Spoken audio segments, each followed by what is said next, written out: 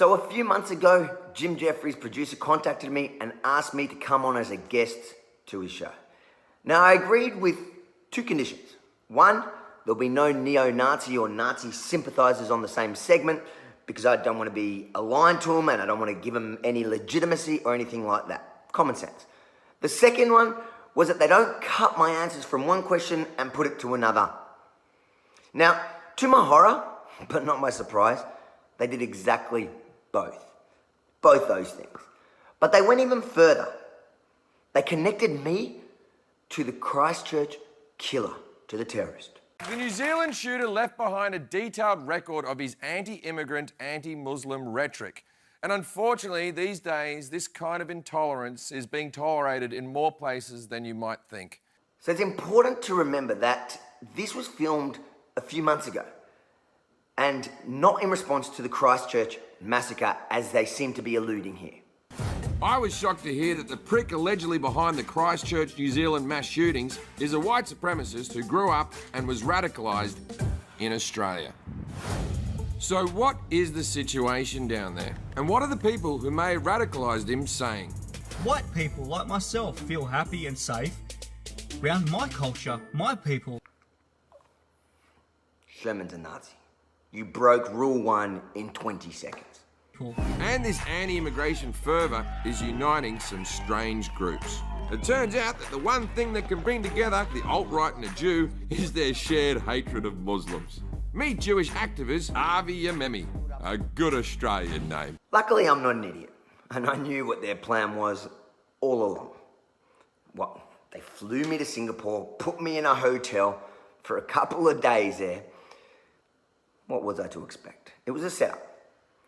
So what I did was, I got there and I secretly put my phones down to record the entire segment.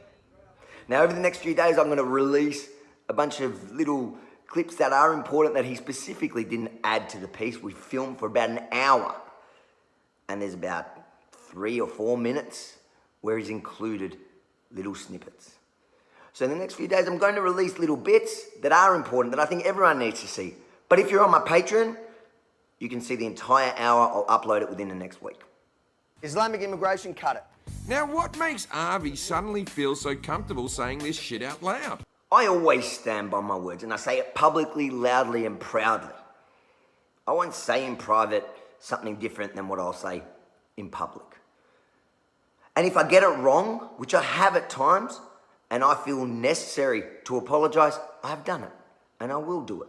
I might sound like a hippie saying this. What gives anyone the right to tell anyone where they can and can't live? When you import this culture, what do you think is going to happen? Australia's going to end up the same shithole that they came from, that they were escaping. Watch how Jim Jefferies has edited this last clip to make me look like an ass. See what I really said. What gives anyone the right to tell anyone where they can and can't live? Really? Borders, I know borders, yeah. But wouldn't it just be nice if we got to a place in society where we had a utopia where we all just lived as on a level I agree with you. You may say I'm a dreamer. I think most people, sensible people would agree with you in theory. Yeah. But in practice, it's not. It goes against human nature. It just doesn't work. You bloody scumbag, Jim. You see those rubbish edits through the entire segment, I don't even need to show you. You get my point. They put one answer to a different question. But today what I really want to show you is how Jim Jefferies speaks about Islam, about their Prophet Muhammad, and about Muslims themselves when he thinks the cameras aren't rolling, or when he knows he can cut it out. So Muhammad is considered the perfect man. Right, yes. Okay? You can't draw a picture of it. No, don't you dare, don't you dare. I've got enough death threats on me, brother. There he is. Jesus Christ. There he is. He looks like a wobbly ghost. He's finally going to understand Islam after this shit comes out. That's what you do, Jimmy, when you think no one's going to see it. Now, I don't actually have a problem if you draw Muhammad, to be honest. That's me. But people like you call me an Islamophobe because that riles up, that upsets, that in your words, triggers the Muslims into violence. Now I wonder when this goes far and wide, and help it, share it around, let the world see. I want to see if the leftists condemn Jim. And even more so, what I'm interested to see is the people that he is hell-bent on protecting, the people that he is fighting so hard to let into Australia and the US.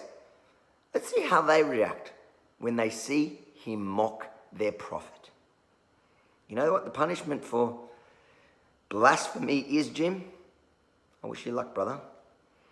But it gets worse.